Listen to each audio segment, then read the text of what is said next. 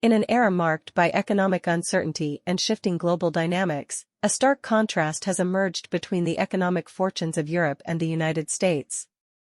As Europe grapples with stagnating productivity levels, the US continues to outpace its transatlantic counterparts, fueling concerns over competitiveness and long-term growth prospects.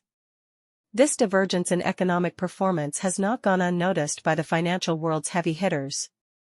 Erik Thedéen, the esteemed governor of Sweden's central bank, the Riksbank, has sounded the alarm bells, urging European policymakers to confront this productivity gap head-on. They are outperforming Europe, including Sweden. The productivity growth in the US has been much stronger, Thedéen cautioned in an interview with the Financial Times. That is very important for European policymakers to try to address. The numbers paint a sobering picture. Since the turn of the millennium, productivity, as measured by real output per hour worked, has increased by a mere 20% in the Eurozone and 35% in Sweden. In stark contrast, the US has experienced a staggering 60% surge in productivity over the same period, leaving its European counterparts trailing in its wake. This productivity chasm has profound implications for Europe's economic competitiveness and ability to sustain its high standard of living. As Nicolai Tangen, the head of Norway's $1.6 trillion oil fund, bluntly put it, Europe is less ambitious, less hardworking, and more risk-averse than the US.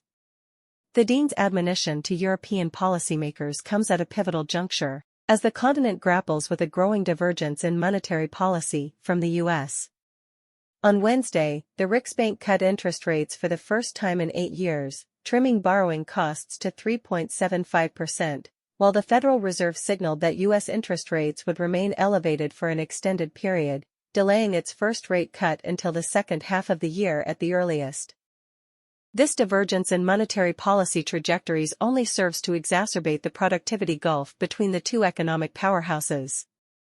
As the US economy continues to defy expectations with its resilience, the fear is that Europe's productivity woes will widen the existing growth and competitiveness gap between the regions.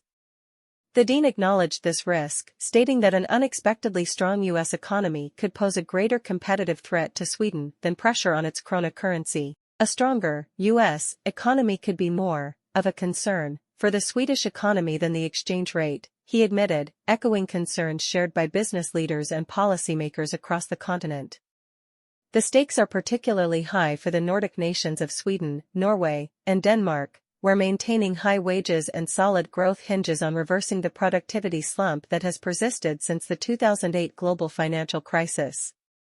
Despite numerous policy proposals, few have proven successful in reigniting productivity growth in these nations. Thedéen's candid assessment of Europe's productivity plight carries echoes of the Riksbank's storied past.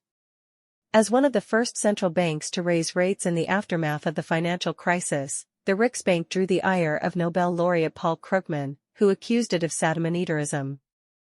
Its tightening cycle was viewed by the Federal Reserve as a cautionary tale, as Sweden endured years of deflation.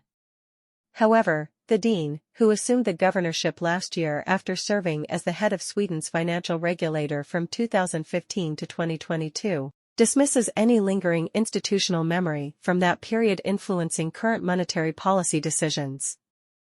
Instead, he insists, the Riksbank is focused on making the best possible assessment of current economic conditions. One lesson the Riksbank has learned, according to Thedéen, is not to underestimate the ripple effects of economic shocks emanating from the world's largest economy, the United States. The failure to anticipate the inflationary consequences of Russia's gas supply cuts following its invasion of Ukraine served as a stark reminder of the interconnectedness of global markets and the need for central banks to remain vigilant. There had already been indications from the US of rising energy prices feeding higher inflation, Thedéen reflected, so I had learned not to underestimate the effects on the world economy if something happens in the world's largest economy.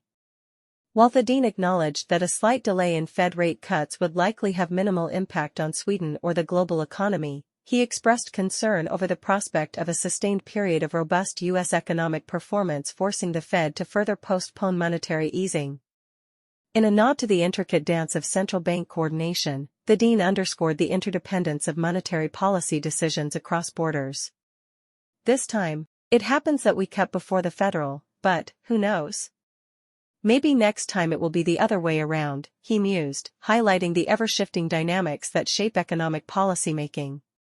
As Europe grapples with the specter of lagging productivity and the United States continues to flex its economic might, the divergence between these two economic juggernauts has profound implications for global competitiveness, growth prospects, and the delicate balance of monetary policy. The Dean's clarion call serves as a stark reminder that complacency is not an option for European policymakers.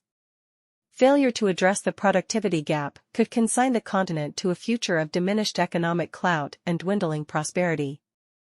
The time to act is now, lest Europe risk being left behind in the relentless march of global economic progress.